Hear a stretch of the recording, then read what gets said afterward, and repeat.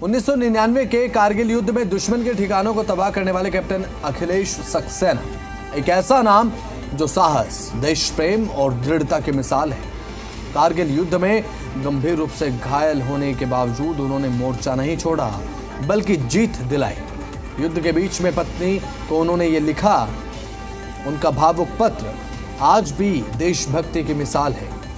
सेना से रिटायर होने के बाद भी वो रुके नहीं। MBA में गोल्ड मेडल, फिर कॉर्पोरेट की ऊंचाइयों तक पहुंचे और आज वो टाटा कम्युनिकेशन में वाइस प्रेसिडेंट है और देश भर में युवाओं को लगातार प्रेरित कर रहे हैं। कैप्टन सक्सेना का जीवन ये सिखाता है कि सच्चा वीर हर मोर्चे पर लड़ता है और हर मोर्चे पर डटा रहता है।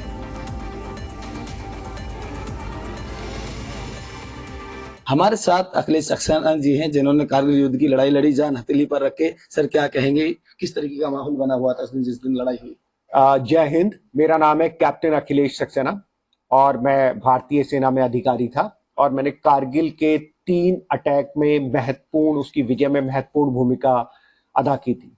तो सबसे पहले तो मैं कहना चाहता हूं, आजादी की कीमत, ये आजादी, ये स्वतंत्रता आसान नहीं है।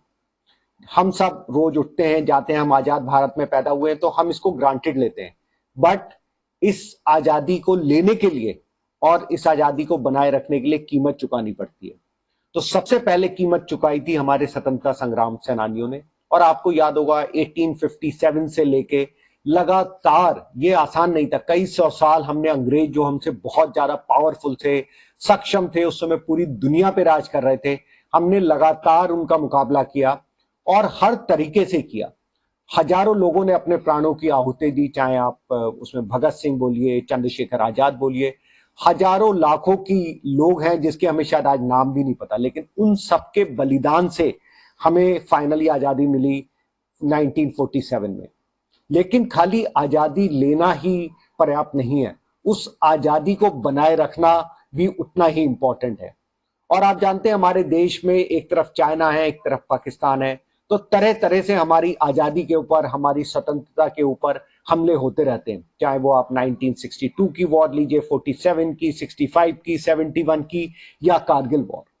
तो कारगिल के समय ही एक ऐसी परिस्थिति थी जब हम बहुत विषम परिस्थिति में थे। दुश्मन ने धोखे से जो हमारा NH-1 था, उसके पास जो सारी पहाड़ियां थी उनके ऊपर कब्जा कर लिया था। और पहाड़ों की लड़ाई में जो ऊपर बैठा होता है वो 100 टाइम्स ज्यादा पावरफुल है, क्योंकि अगर वो पत्थर भी फेंकेगा तो कैजुअल्टी होती है। सो इस विषम परिस्थिति में भी भारतीय सेना ने, हम सब ने डिसाइड किया कि चाहे कुछ भी कुर्बानी देनी पड़े, देश से ऊपर कुछ नहीं है। हमने अपने इवन घरों पर लास्ट लेटर लिख दिए थे कि अगर हम नहीं आए तो ये हमारे मैसेज है। उनके ऊपर अटैक शुरू किया और 2 दिन की भीषण लड़ाई के पश्चात 13 जून को टोलोलिंग पे तिरंगा फहरा दिया। टोलोलिंग एक बहुत इंपॉर्टेंट पीक थी जिसके बाद भारतीय सेना का मनोबल बहुत बढ़ गया और उसके बाद हमने मुड़ के नहीं देखा और एक के एक बाद हमने फाइनली कारगिल की लड़ाई को जीत लिया। देश के वीर नागरिक हैं, इस पर्व को बहुत उत्साह से मनाइए और हमेशा याद रखिए, freedom is not free, it cost soldiers. जय हिंद। अखिलेश जी की शादी को 2 महीने हुए थे जब लड़ाई छिड़ी कारगिल की, और उसके बाद अपनी टीम के साथ मिलकर अखिलेश जी ने 2 दिन लड़ाई लड़ी और देश को आजादी दिलाई। दिल्ली से चरण से शरद कपूर, जी मीडिया।